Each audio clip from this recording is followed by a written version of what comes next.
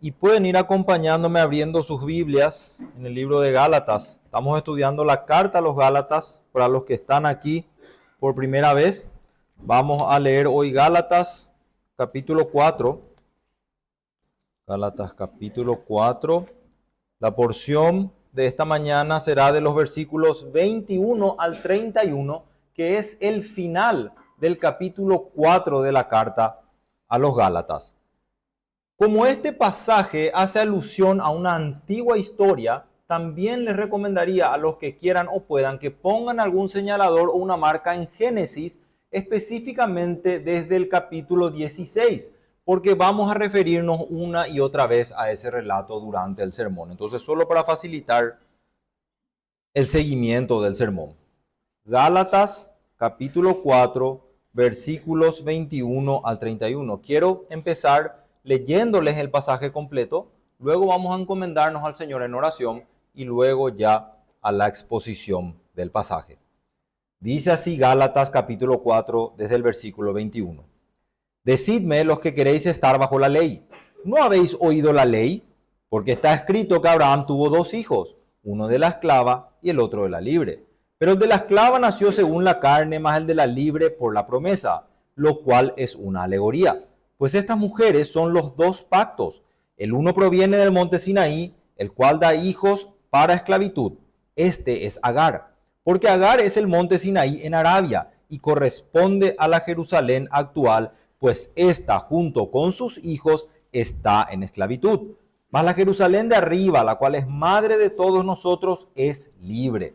Porque está escrito, regocíjate, oh estéril, tú que no das a luz, prorrumpe en júbilo y clama tú que no tienes dolores de parto, porque más son los hijos de la desolada que de la que tiene marido. Así que, hermanos, nosotros, como Isaac, somos hijos de la promesa. Pero como entonces el que había nacido según la carne perseguía al que había nacido según el Espíritu, así también ahora. ¿Más que dice la Escritura? Echa fuera a la esclava y a su hijo, porque no heredará el hijo de la esclava con el hijo de la libre. De manera, hermanos, que no somos hijos de la esclava, sino de la libre. Oremos.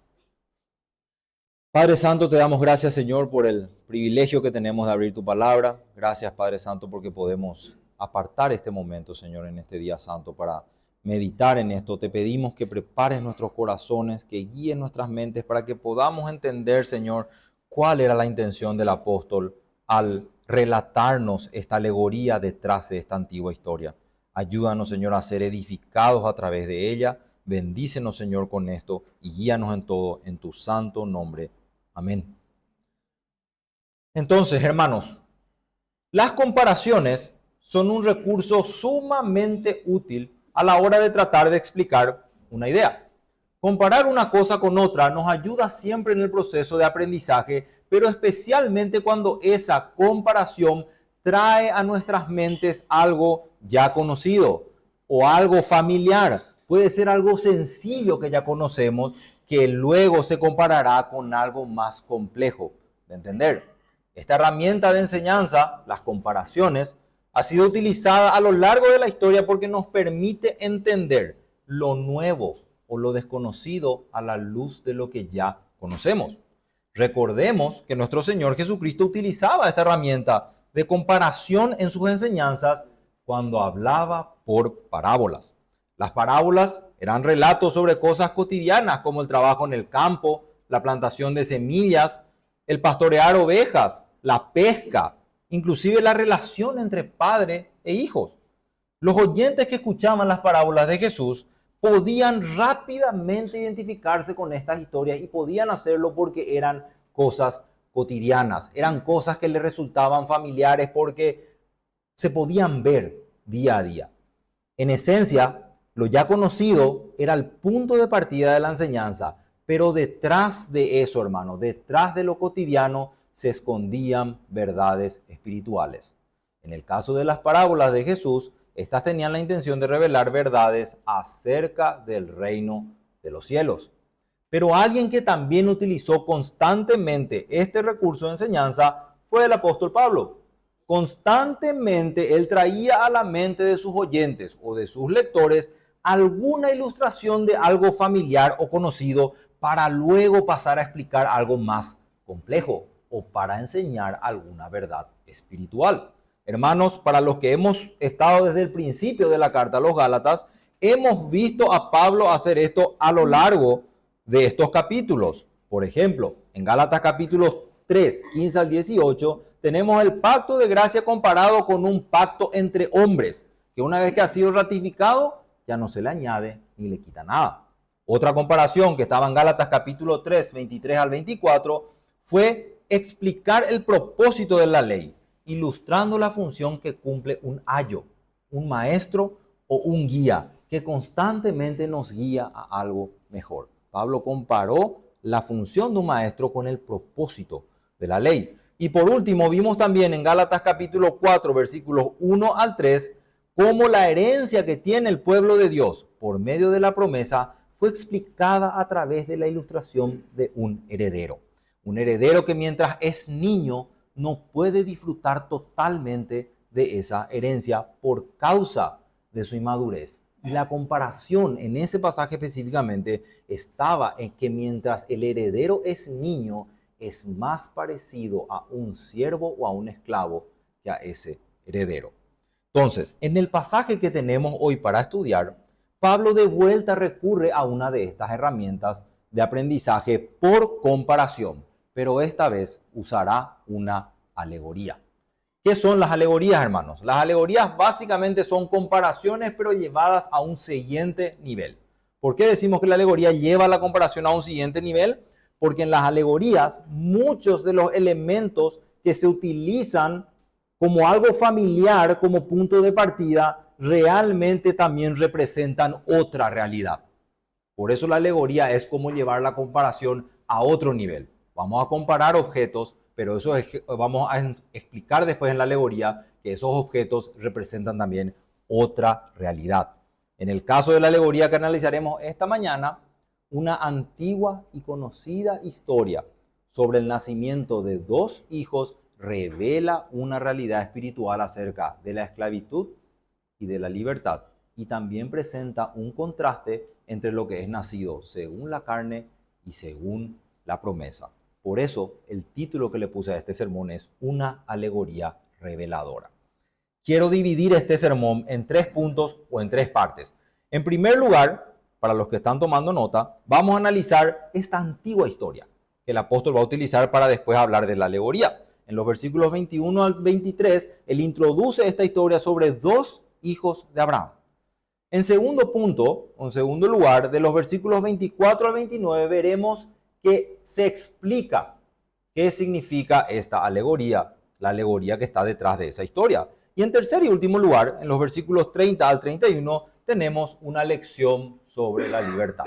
Así que repito, en primer lugar, una antigua historia, versículos 21 al 23, la explicación de la alegoría detrás de esta historia, en los versículos 24 al 29, y en tercer y último lugar, una lección sobre la libertad, en los versículos 30 y 31. Empecemos, hermanos, leyendo Gálatas 4, el versículo 21. Dice Pablo, decidme los que queréis estar bajo la ley, ¿no habéis oído la ley? El apóstol inicia esta sección del capítulo dirigiéndose posiblemente a sus detractores, que son los judaizantes, y de vuelta les aborda un tema que él viene abordando ya hace tiempo en la carta, el tema de querer vivir o estar bajo la ley. Además de ellos, podría estar también dirigiéndose a los gálatas que ya estaban siendo persuadidos por los judaizantes, que estaban siguiendo el camino de los judaizantes y que estaban, como dice Pablo en Gálatas 4:9, volviendo a someterse a los débiles y pobres rudimentos de la ley. Pero ya sea que Pablo se dirige a los judaizantes solamente o que se está dirigiendo también a sus seguidores, este grupo de personas es claramente identificado como un grupo que constantemente busca adherirse a observancias de la ley mosaica. Estos son a quienes Pablo se refiere cuando él dice los que quieren estar bajo la ley.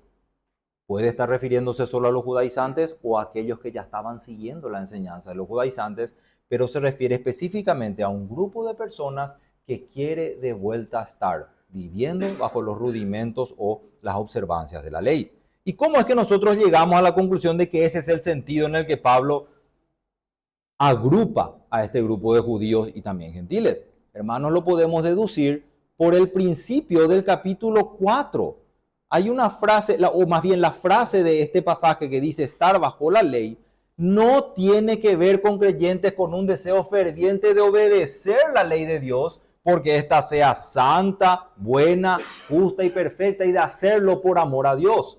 A aquellos que quieren estar bajo la ley, Pablo se está refiriendo a aquellos que aman la ley de Dios y que quieren vivir obedeciéndola y tratando de cumplirla lo mejor que pueden y haciéndolo por amor a Dios. No se refiere a estos hombres.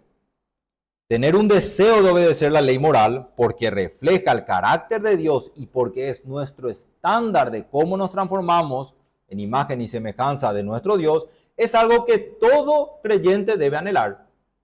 Todo creyente verdadero anhela amar y tratar de cumplir esa ley por amor a Dios y por ir creciendo en imagen y semejanza a Dios. Y esto es algo bueno, hermanos. Eso es de hecho la esencia de la santificación. Pablo no está refiriéndose a hombres que tengan esa intención con la ley. Pablo se dirige a los mismos hombres de quienes en Gálatas capítulo 4:10 él dijo que estos guardan los días, los meses, los tiempos y los años. A esos hombres que querían volver a ser esclavos de ceremonias y ritos religiosos de la ley mosaica. Esta no es una alusión a la ley moral de Dios que refleja su carácter.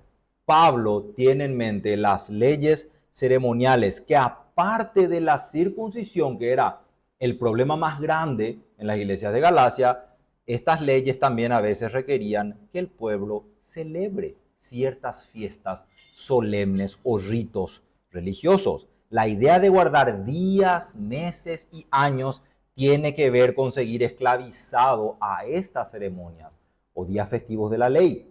Y eso en la mente de Pablo no tiene ningún fundamento. Porque lo que Pablo está diciéndole es que una obediencia estricta a tales días festivos no tiene absolutamente nada que ver con ganarse el favor de Dios. No era posible ganarse el favor de Dios haciendo estas cosas como ellos, los judaizantes, proponían en sus enseñanzas. Esa observancia ya no tenía sentido de ser y solamente buscaba pervertir el evangelio de la gracia. Así que Pablo en este primer versículo, hermanos, reprende duramente a estos hombres que pretenden ser conocedores, oidores de la ley y promotores de una observancia estricta de esta, y les hace una pregunta retórica. A ustedes, oidores de la ley, ¿no habéis oído la ley? Fíjense cómo les habla. Estos judaizantes que se jactaban de conocer y entender muy bien estas leyes, se habían perdido del sentido general de toda la ley y del verdadero propósito para el cual estas leyes fueron dadas. Entonces, aquí hay una distinción muy importante que tenemos que hacer en este primer versículo. Pablo hace dos menciones de la ley. Usa la palabra ley dos veces y la utiliza de manera distinta. Ya establecimos que en primer lugar se refiere a la ley ceremonial como algo que ellos debían seguir observando de manera estricta. A aquellos que quieren vivir bajo la ley, está hablando de personas que quieren seguir viviendo bajo esa observancia de la ley mosaica. Pero cuando él usa por segunda vez el término ley y él dice, ¿no habéis oído la ley? Lo está usando en otro sentido. Él lo está usando en el sentido de esa ley que abarca todos los libros escritos por Moisés, a los cuales también se le llama muchas veces la Torá, el Pentateuco o simplemente la ley. También encontramos que se refiere a la ley de Moisés cuando habla de todo esto. Así que esta es una exhortación, a quienes se aferraban innecesariamente a esos mandamientos de una ley ya abolida o que querían introducirlo en la iglesia, ignorando, esta es la clave, ignorando el carácter instructivo que tiene toda la ley, que tienen los 5 libros escritos por Moisés denominados la ley. Entonces, este segundo uso de la palabra se va a evidenciar a continuación. ¿Por qué? Porque Pablo va a traer a la memoria de estos hombres en el versículo 22 una antigua historia. La historia de los hijos de Abraham. ¿Dónde está registrada esa historia? En el primer libro del Pentateuco. Él les dice, ¿no habéis oído la ley?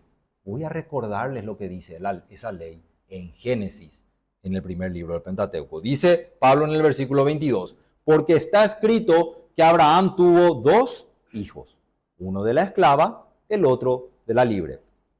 Esta antigua historia a la que Pablo ahora alude es la historia de Ismael y de Isaac, los hijos de Abraham, y respectivamente está registrada en Génesis 16 y Génesis 21. Dos hijos de un mismo padre, pero con historias marcadamente distintas. Uno fue hijo de una esclava y el otro fue hijo de una mujer libre.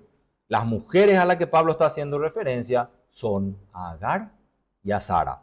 Hermanos, acompáñenme a Génesis 16 primero para leer brevemente esta historia. El nacimiento del hijo de la esclava está en Génesis 16, versículos 1 al 4.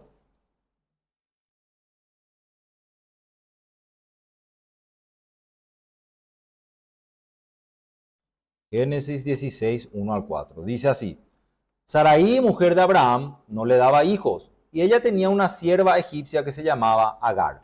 Dijo entonces Sarai a Abraham, ya ves que Jehová me ha hecho estéril. Te ruego pues que te llegues a mi sierva, quizá tendré hijos de ella. Y atendió Abraham al ruego de Sarai, y Sarai, mujer de Abraham, tomó a Agar, su sierva egipcia, al cabo de 10 años que había habitado Abraham en la tierra de Canaán, y la dio por mujer a Abraham su marido. Y él se llegó a Agar, la cual concibió, y cuando vio que había concebido, miraba con desprecio a su señora. Hermanos, más adelante en este relato, en el versículo 11 de Génesis 16, el ángel de Jehová se le aparece a Agar y este niño recibe el nombre de Ismael. Así que sabemos que se está refiriendo a Ismael. Un capítulo antes, en Génesis 15, Dios le había prometido a Abraham que tendría un hijo que sería su heredero. Como su esposa Sara, para cuando llegamos a esta parte del relato, ya era de avanzada edad y además era estéril, Moisés nos relata esta historia en la que Sara entrega a su sierva o su esclava, Agar, a Abraham con el afán de tratar de producir ese heredero que Dios le había prometido. Por eso a Ismael, este primer hijo que vamos a ver, se le, podemos decir, etiqueta, el hijo de la esclava. Pero Abraham tuvo también otro hijo, y esta vez ya de su mujer Sara. Acompáñenme a Gálatas 21. Génesis 21, versículos, Génesis 21.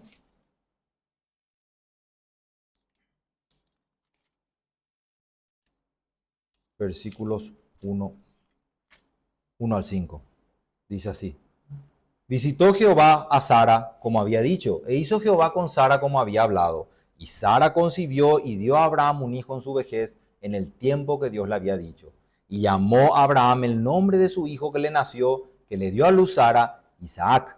Y circuncidó a Abraham a su hijo Isaac de 8 días, como Dios le había mandado. Y era Abraham de 100 años cuando nació Isaac, su hijo. Hermanos, aquí está el otro hijo de esta historia. Isaac, es el hijo de la libre. Tenemos entonces a Ismael, hijo de Agar o hijo de la esclava. Y tenemos a Isaac, hijo de Sara o hijo de la libre. Lo que Pablo va a hacer a continuación es distinguir a estos dos hijos ahora, no solamente como uno hijo de la esclava y el otro hijo de la libre, sino por sus nacimientos. Él va a recordarle a los Gálatas que el contraste entre estos dos hijos de Abraham no solo radica en que uno sea hijo de la esclava y el otro de la libre, sino que uno nació según la carne y el otro según la promesa. Eso es lo que encontramos ahora en Gálatas 4, versículo 23. Pero el de la esclava nació según la carne, más el de la libre por la promesa. El apóstol empieza, hermano, ahora a profundizar en esta antigua historia de los hijos de Abraham. Y esta distinción que él presenta, la de uno nacido según la carne y el otro nacido por la promesa, es el punto central de esta historia. Tenemos que prestar mucha atención en esto porque este es el punto central. ¿Y por qué digo que este es el punto central en la historia? porque en el siguiente versículo es de esta idea que Pablo se va a tomar para desarrollar la alegoría, de que uno es nacido según la carne y el otro por la promesa. ¿A qué se refiere entonces Pablo con que uno nació según la carne y el otro según la promesa? Recordemos la historia partiendo de la promesa hecha a Abraham. Dios le había prometido que él tendría un hijo que sería su heredero y que su descendencia sería tan grande como las estrellas del cielo. Pero cuando Abraham recibió esa promesa, tanto él como su esposa ya eran de avanzada edad y Sara también era estéril. Fíjense en Génesis 18 cómo Moisés relata esta parte. Génesis 18, versículos 10 al 12 dice lo siguiente. Entonces dijo Dios, de cierto volveré a ti y según el tiempo de la vida, he aquí que Sara tu mujer tendrá un hijo. Y Sara escuchaba a la puerta de la tienda que estaba detrás de él. Y Abraham y Sara eran viejos, de edad avanzada, y a Sara le había cesado ya la costumbre de las mujeres.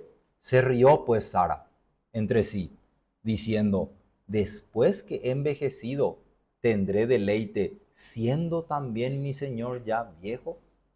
Hermanos, cualquiera que reciba una promesa así, en este tipo de condiciones, pensaría que esto es imposible.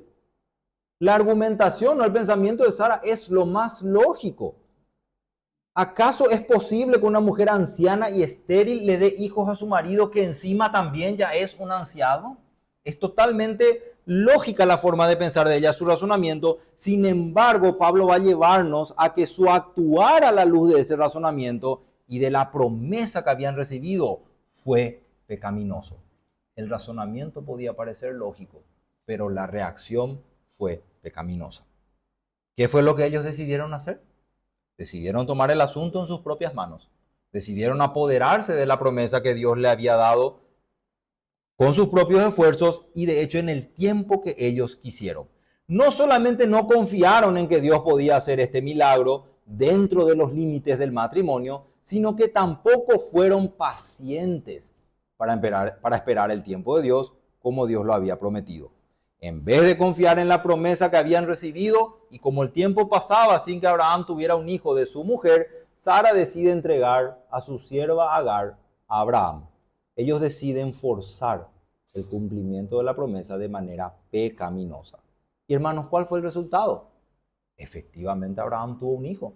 Efectivamente lograron darle un hijo a Abraham. Pero este hijo, nos dice Pablo, nació según la carne. Y detrás de esa idea hay una alegoría. Este hijo nació por los esfuerzos humanos y pecaminosos de Abraham y Sara.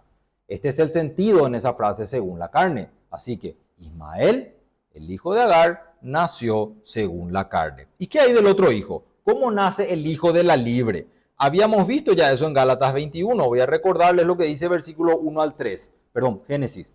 Me confundo entre los libros. Génesis, versículos 1 al 3, 21. Visitó Jehová a Sara como había dicho, e hizo Jehová con Sara como había hablado. Y Sara concibió y dio a Abraham un hijo en su vejez, en el tiempo que Dios le había dicho. En el nacimiento de Isaac podemos ver el cumplimiento de esa promesa que estaba en Génesis 15. No solamente es un hijo ya de su mujer, de Sara, sino también es nacido en el tiempo perfecto, en el tiempo que Dios había establecido. Y ahí, hermanos, está la promesa cumplida. Por ende, Isaac es el hijo nacido por la promesa. Hermanos, aquí tenemos que empezar a ver un contraste sumamente importante. La intención de Pablo con traer esta historia a nuestras memorias tiene que ver con este contraste. Un hijo es nacido por el esfuerzo pecaminoso del ser humano y otro es nacido por la gracia de Dios en cumplimiento de su promesa del pacto. Quiero que por favor tengan en mente que este es el argumento central de Pablo. En los siguientes versículos él va a comenzar a desarrollar ya la alegoría detrás de esta historia. Va a mostrarnos ahora cuál es esa otra realidad espiritual detrás de la antigua historia. Leemos ahora Gálatas 4, versículos 24 y 25 y empezamos a desarrollar nuestro segundo punto, la alegoría detrás de esta historia. Dicen los versículos 24 y 25, lo cual es una alegoría, pues estas mujeres son los dos pactos. El uno proviene del monte Sinaí, el cual da hijos para esclavitud. Este es Agar. Porque Agar es el monte Sinaí en Arabia y corresponde a la Jerusalén actual, pues ésta junto con sus hijos está en esclavitud. Hermanos, habíamos dicho al principio que una alegoría es una comparación llevada a un siguiente nivel. Una comparación que busca mostrarnos que hay otra realidad detrás de los objetos que están siendo comparados. Entonces, ¿qué es lo primero que hace Pablo? Identifica cuáles son esos objetos que él va a comparar ahora con una alegoría. Él dice, lo cual es una alegoría, pues estas mujeres son los pactos.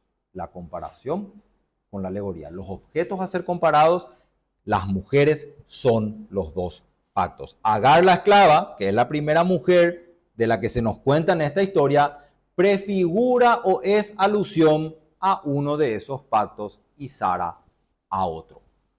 Son alusiones a pactos que Dios hizo con su pueblo.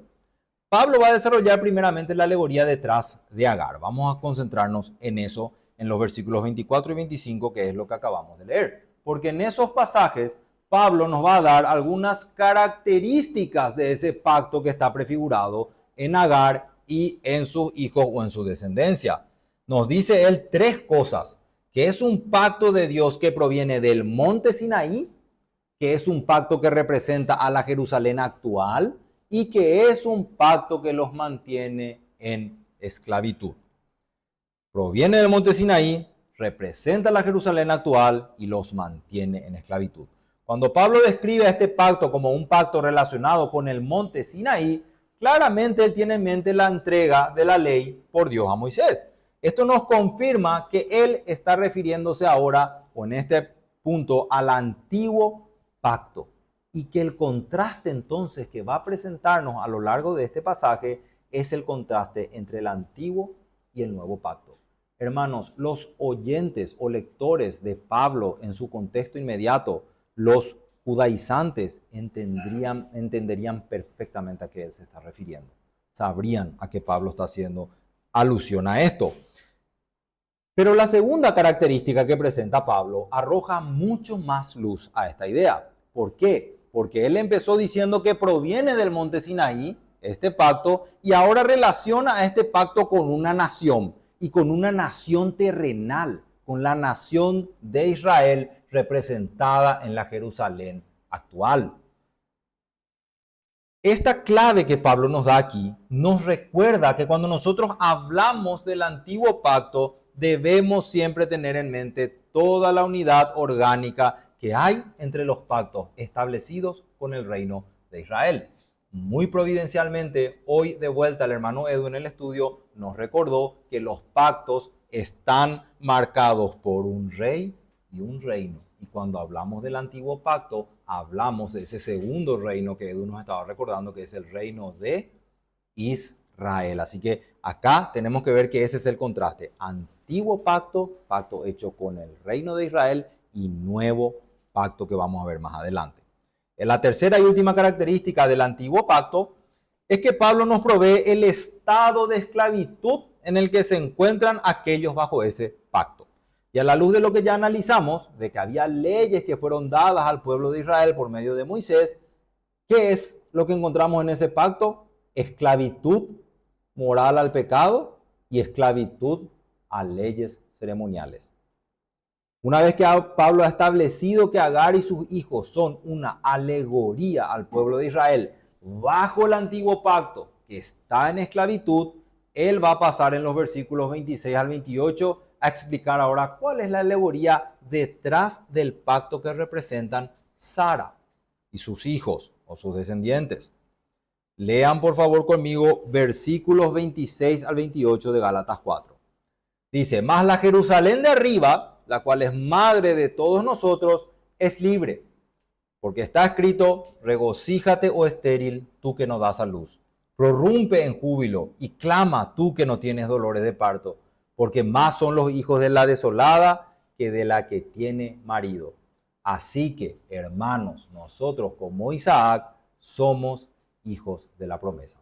Pablo va a hacer ahora algo muy similar con lo que hizo para explicarnos el pacto en el cual el pacto que Agar prefigura. Pablo va a conectar una idea muy específica para hablarnos del otro pacto, y es la idea de una nación en pacto con Dios. Pero esta vez la alusión ya no es a una nación terrenal, sino a la de arriba, o en otras palabras, a una nación celestial. Por eso él la llama la Jerusalén de arriba. Lo que podemos ver es que el argumento de Pablo va tomando cada vez más forma.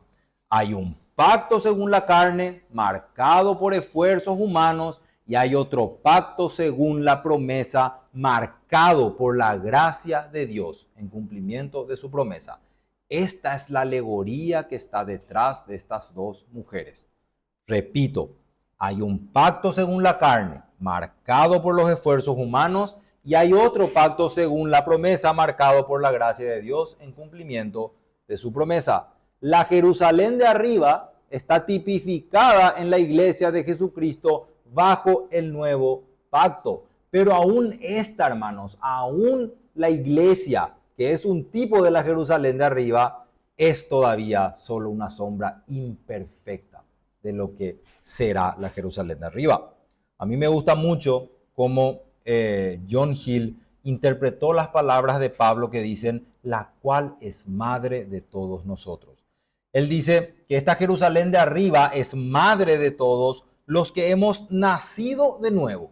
Ya no importa si son judíos o gentiles, y que ésta ha dado a luz y seguirá dando a luz a muchas almas para Cristo.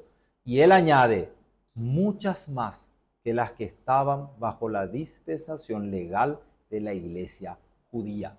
Así que en este contraste que Pablo se toma de este concepto de una nación terrenal y una espiritual, no solamente nos va a decir a nosotros y a los Gálatas que ellos son realmente ciudadanos de una ciudad mejor porque es celestial, sino que les recuerda, son ciudadanos de una ciudad mucho más grande que la nación terrenal de Israel. Esa nación que Pablo está describiendo ahora, que está prefigurando en Sara, es también libre y sus hijos son libres, al igual que todos los creyentes que forman parte del nuevo pacto. Pero ¿libres de qué? Debemos preguntarnos de vuelta para no perder ese hilo conductor de Pablo. Libres del yugo de la esclavitud, al pecado, a Satanás y al mundo, y libres de exigencia de las leyes ceremoniales. Podemos agregar, en base a lo que ya venimos estudiando, que también somos libres porque, como el mismo apóstol Pablo nos enseñó en el versículo 6 del capítulo 4, tenemos al Espíritu de su Hijo morando en nuestros corazones. Y que el Espíritu more dentro de nosotros hace que seamos verdaderamente libres. Y los únicos verdaderamente libres son aquellos que tienen la morada del Espíritu en sus corazones. ¿Qué es lo que Pablo hace también en este pasaje o en esta explicación de este otro pacto prefigurado en Sara? Él va a agregar una profecía del libro de Isaías para ayudar a su argumento. Esta profecía, si quieren tomar nota, se encuentra en el capítulo 54 de Isaías, y Pablo va a citar específicamente el versículo 1. Pablo lo cita de esta manera: regocíjate, oh estéril, tú que no das a luz, prorrumpe en júbilo y clama, tú que no tienes dolores de parto, porque más son los hijos de la desolada que de la que tiene marido. En el contexto de ese pasaje de Isaías, Israel se encuentra en el exilio. Está en el exilio a causa de su desobediencia al pacto que fue establecido por Dios a través de Moisés. Entonces, ¿cuál es el contexto en el que se cita esta profecía? Israel está sufriendo las consecuencias de su desobediencia. Sin embargo, si entendemos lo que la profecía está diciendo, Dios está prometiendo tomarla de nuevo como su esposa, a pesar de tener que castigarles y enviarles al exilio por causa de su desobediencia. Él promete que la tomará de nuevo, con esa alusión a que ya no será estéril. Ese es el sentido de las palabras detrás de lo que profetizaba Isaías, sino que cuando la vuelva a tomar, tendrá muchos más descendientes. Y hermanos, de vuelta, esto no puede ser una alusión a otra cosa que la Jerusalén de arriba, esa nación celestial a la que pertenecen todos aquellos que nacen de nuevo. Entonces, este pasaje encaja realmente, el pasaje de Isaías, la profecía de Isaías, encaja perfectamente con el argumento de Pablo. Israel, a través de su intento constante de obedecer al Señor, solamente ha merecido el exilio y la maldición. Por el contrario, a pesar de su desobediencia, a pesar de la desobediencia de Israel, Dios por su gracia redimirá a su pueblo y cumplirá su promesa del pacto.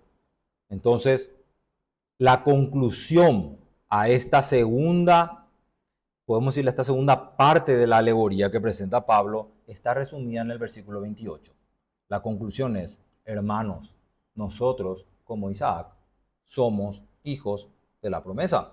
En otras palabras, para nosotros, la iglesia del nuevo pacto, somos como Isaac, somos hijos de la promesa porque hemos nacido no por la carne, ni por la sangre, ni por la voluntad de un padre terrenal, ni por esfuerzos o decisiones humanas, sino por el Espíritu Santo. Hermanos, acompáñenme en Juan capítulo 1 a ver cómo el apóstol realmente habló de esto. Juan, fíjense lo que dice Juan capítulo 1,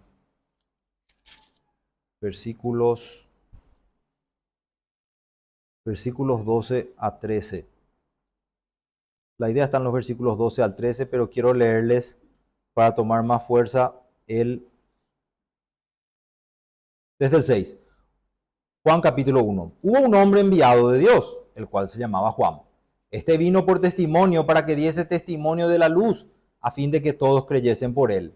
No era él la luz, sino para que diese testimonio de la luz. Aquella luz verdadera que alumbra a todo hombre venía a este mundo. En el mundo estaba y el mundo por él fue hecho, pero el mundo no lo conoció. A lo suyo vino y los suyos no le recibieron. Mas a todos los que le recibieron, a los que creen en su nombre, les dio potestad de ser hechos hijos de Dios. Y aquí está la clave de quiénes son los hijos de Dios, los cuales no son engendrados de sangre, ni de voluntad de carne, ni de voluntad de varón, sino de Dios. Así que Pablo está desarrollando la misma idea que Juan. Los hijos de la promesa, al igual que Isaac, son aquellos que han sido nacidos de nuevo por una obra del Espíritu Santo en sus corazones. Él va a continuar en el versículo 9 ahora, como expandiendo un poco más esta alegoría y hablando también de que hay una persecución. Ahora que él ha establecido la verdadera identidad de los creyentes bajo el nuevo pacto, ¿en contraste con qué? En contraste con aquellos judaizantes que preferían constantemente volver a la esclavitud del antiguo pacto y sus leyes. Pablo va una vez más llevarnos a la antigua historia reflejada en los hijos de Abraham. Él dice en Gálatas 4, versículo 29, pero como entonces, haciendo referencia a la antigua historia, el que había nacido según la carne perseguía al que había nacido según el Espíritu, así también ahora. Que de vuelta aquí hay una alegoría. Pablo va a explicar que Ismael, el hijo esclavo, el hijo nacido según la carne, persiguió a Isaac. El hijo nacido según la carne persiguiendo al hijo nacido según la promesa. ¿De dónde saca Pablo esta idea? De Génesis 21, versículos 8 al 9. De ahí se extrae esta idea de una persecución. Quiero que me acompañen de vuelta a Génesis capítulo 21, versículos 8 y 9.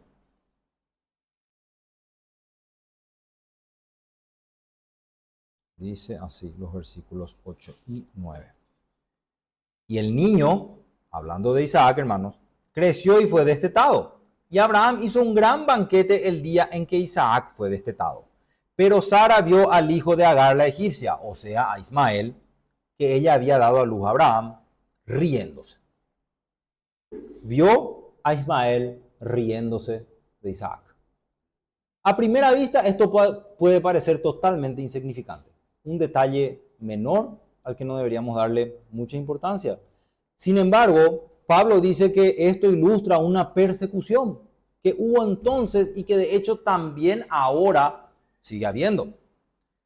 Si nosotros entendemos que ese término reír o riéndose aquí significa burlarse o burlándose, entonces lo que nosotros tenemos que entender es que cuando Ismael se estaba burlando de Isaac, lo que él estaba haciendo en esencia era burlarse de la fidelidad de Dios a su promesa.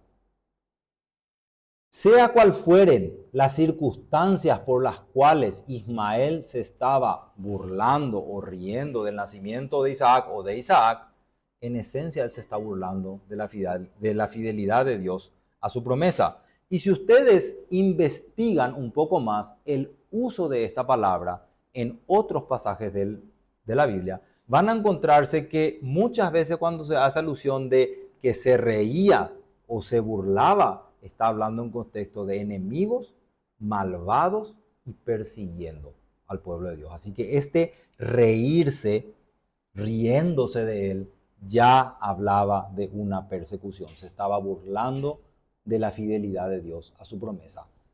Pónganse en el contexto de lo que está ocurriendo en la iglesia en Galacia.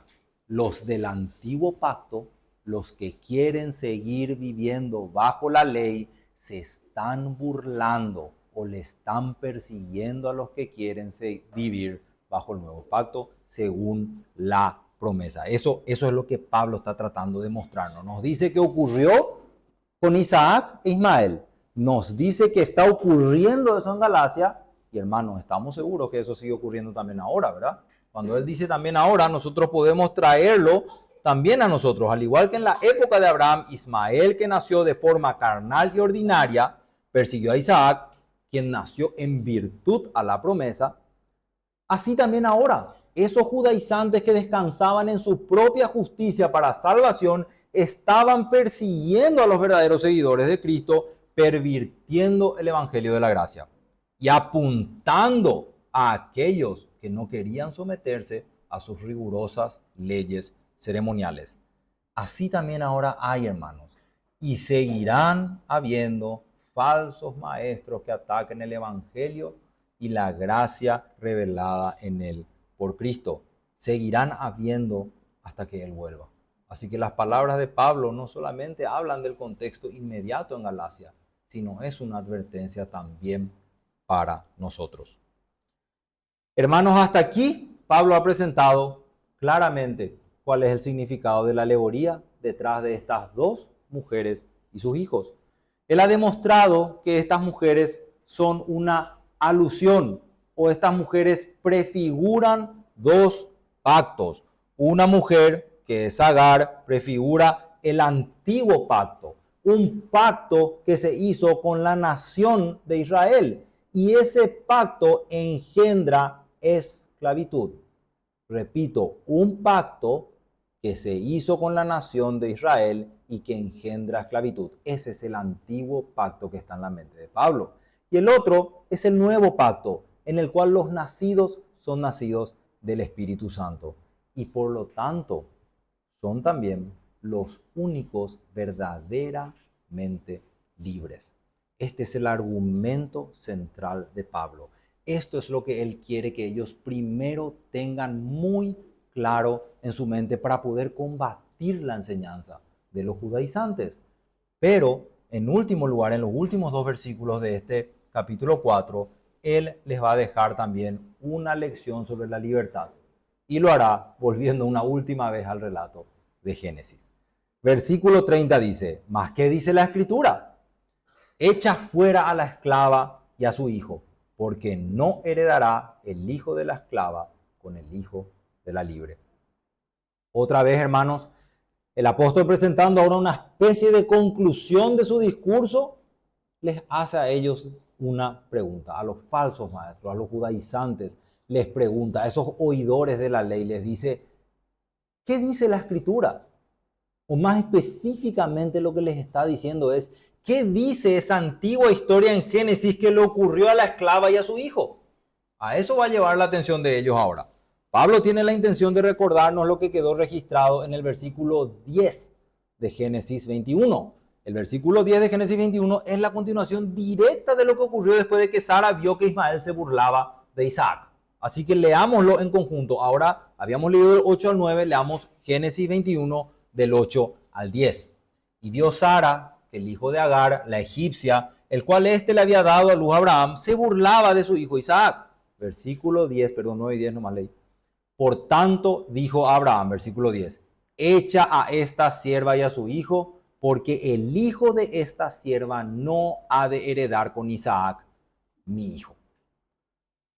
Con la mención a este pasaje de las Escrituras, Pablo va a enfatizar que todos aquellos que buscan la redención a través de sus propios esfuerzos pecaminosos no participarán de ninguna manera de las bendiciones del pacto que están reservadas para los hijos de la promesa.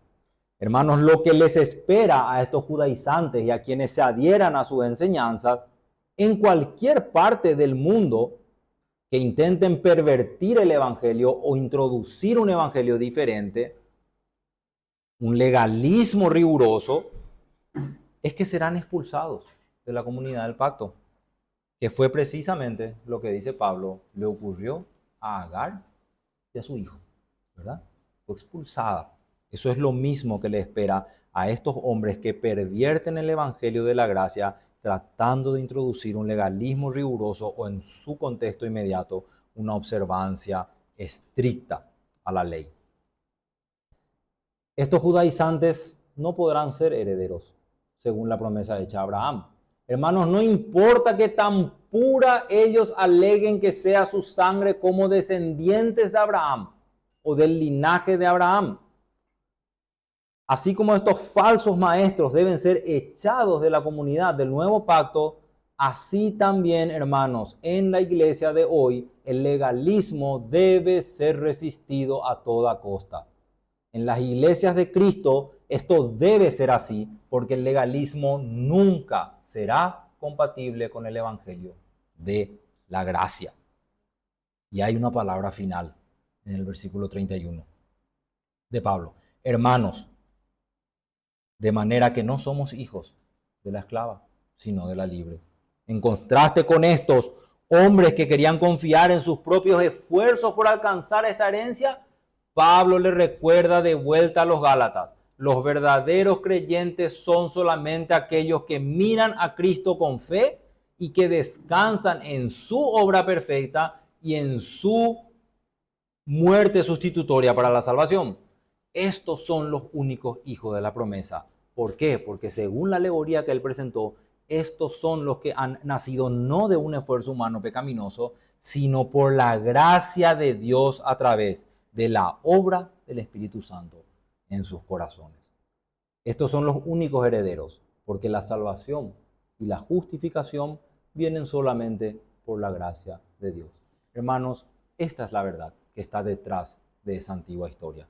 Esa es la alegoría, esa es la otra realidad que se encuentra detrás de esta historia de estas dos mujeres. Es interesante que en el próximo, como les había mencionado, con este versículo nosotros terminamos el capítulo 4, y es sumamente interesante que en el próximo capítulo de la carta a los Gálatas, Pablo va a empezar a hacerles una exhortación. Les va a exhortar a permanecer firmes en la libertad que han recibido. Así que, ¿qué es lo que venimos viendo hasta acá y más específicamente en los capítulos 3 y 4 de la carta a los Gálatas? Lo que vemos, hermanos, es una especie de preparación del terreno para esa exhortación. Pablo está preparando el terreno para en Gálatas capítulo 5, versículo 1, poder decirles con más fuerza: estad pues firmes en la libertad con que Cristo nos hizo libres. Y tenemos que hacernos la pregunta lógica: ¿cómo podrían esos Gálatas obedecer a esas instrucciones de Pablo si no saben ni siquiera que son libres? ¿Cómo van a poder obedecer si no saben de qué son libres o por qué son libres? Así que Pablo realmente se ha esforzado por recordarle a los Gálatas cuál es el fundamento de la libertad que ellos tienen.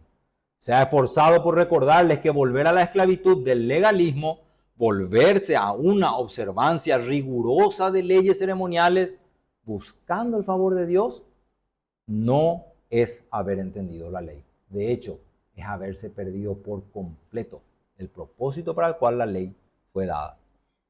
Ese no fue el propósito para el que fue dada. La herencia nunca viene por medio de la promesa más el cumplimiento de guardar ciertas leyes ceremoniales como la circuncisión o cualquiera fueran las fiestas solemnes que ellos decían que los creyentes debían guardar.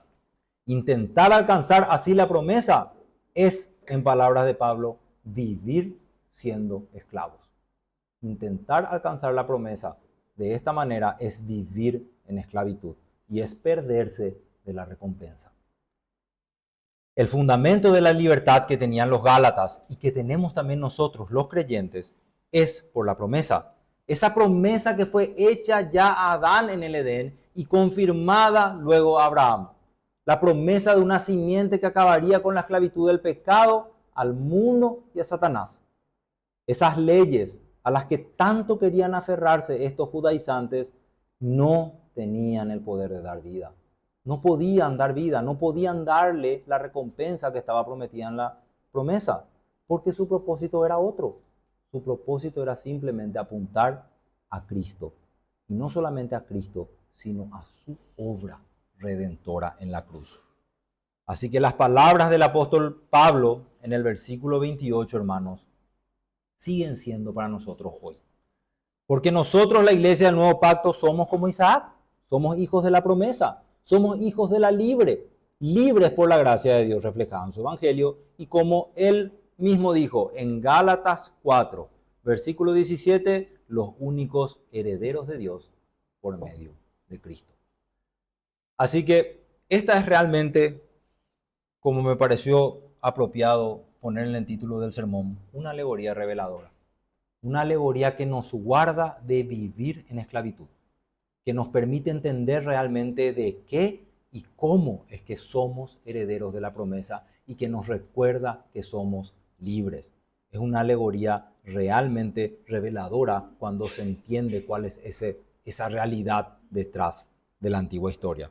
Pero quisiera también en esta mañana que podamos aplicar este sermón a nuestra vida como misión, a la vida como iglesia, pero también a nuestras vidas personales. En primer lugar, la primera aplicación que quiero darles es que tiene que ver con preservar la pureza del Evangelio de la Gracia. Hermanos, la carta escrita a los Gálatas fue escrita en el contexto de iglesias que corrían el peligro de ser llevadas hacia un evangelio diferente por causa de falsos maestros. Ellos se estaban desviando de la enseñanza apostólica y corrían un grave peligro. En ese mismo sentido, cualquier iglesia o misión como la nuestra hoy día que descuide el estudio diligente de estas verdades, corre el mismo peligro. Debemos velar porque estas verdades sean conservadas en toda su pureza, y eso no será posible si descuidamos el estudio de su palabra. Tampoco será posible si no estamos comprometidos con nuestras iglesias locales. No será posible si descuidamos la disciplina en la iglesia y si aceptamos cualquier tipo de desviación de estas verdades evangélicas, por más sutiles que sean. Como misión para nosotros y a futuro como iglesia, tenemos la responsabilidad de velar por estas cosas, porque la iglesia es la casa del Dios viviente, nos recuerda Pablo. Y hermanos, esta no es solamente responsabilidad de los líderes, maestros o pastores. Cada uno de nosotros es responsable por cuidar que estas verdades no sean diluidas. Cada uno es responsable de escudriñar la palabra de Dios para poder detectar cuando estas perversiones intenten introducirse en la iglesia. Recordemos, y de hecho vamos a leerlo en el próximo sermón, que Pablo dice que un poco de levadura tiene el potencial de deudar toda la masa. Así que hay un llamado de atención a nosotros como cuerpo de Cristo, como iglesia, pero también a cada uno en particular. En segundo lugar, hay una aplicación que tiene que ver con la expansión del reino de Dios. Cuidar y preservar el evangelio en las iglesias es como mirar hacia adentro, pero no debemos quedarnos solamente ahí. Tenemos que mirar también hacia afuera. Debemos estar preparados para predicar el Evangelio a tiempo y fuera de tiempo, donde sea que se nos presente la oportunidad o que se nos abra una puerta. Porque ese es el mensaje que tiene poder para liberar a las almas de la esclavitud del pecado en el que están, y puede también introducirles a esta herencia celestial. Puede introducirles a la Jerusalén de arriba, por la gracia de Dios. Qué privilegio, ¿verdad? Qué privilegio tenemos no solo de pertenecer ya a ese reino, sino también de poder ser usados como instrumentos en las manos de Dios. En tercer y último lugar, una tercera aplicación tiene que ver, hermanos, con nuestra santificación como la marca distintiva de nuestra nacionalidad celestial. Como hijos de la promesa, estamos llamados a vivir de acuerdo con eso. Con demasiada frecuencia como cristianos olvidamos nuestra identidad como hijos de la mujer libre. Olvidamos esto, ¿y cuál es el resultado? Que nos volvemos una y otra vez a la esclavitud del pecado. Sin embargo, esa no debe ser la conducta de aquellos que pertenecen al nuevo pacto. Nuestra conducta debe ser acorde con nuestra condición real, una condición que nos ha sido dada por la gracia de Dios en Cristo. Así que una tercera y última aplicación es que recordemos que el Espíritu Santo mora en cada uno de nosotros y que por eso podemos clamar a Dios como nuestro Padre, pidiendo perdón y pidiendo también ser transformados día a imagen de Jesucristo nuestro Señor. Que la santificación de cada uno de nosotros sea ese distintivo de que somos herederos según la promesa. Hermanos, vamos a orar.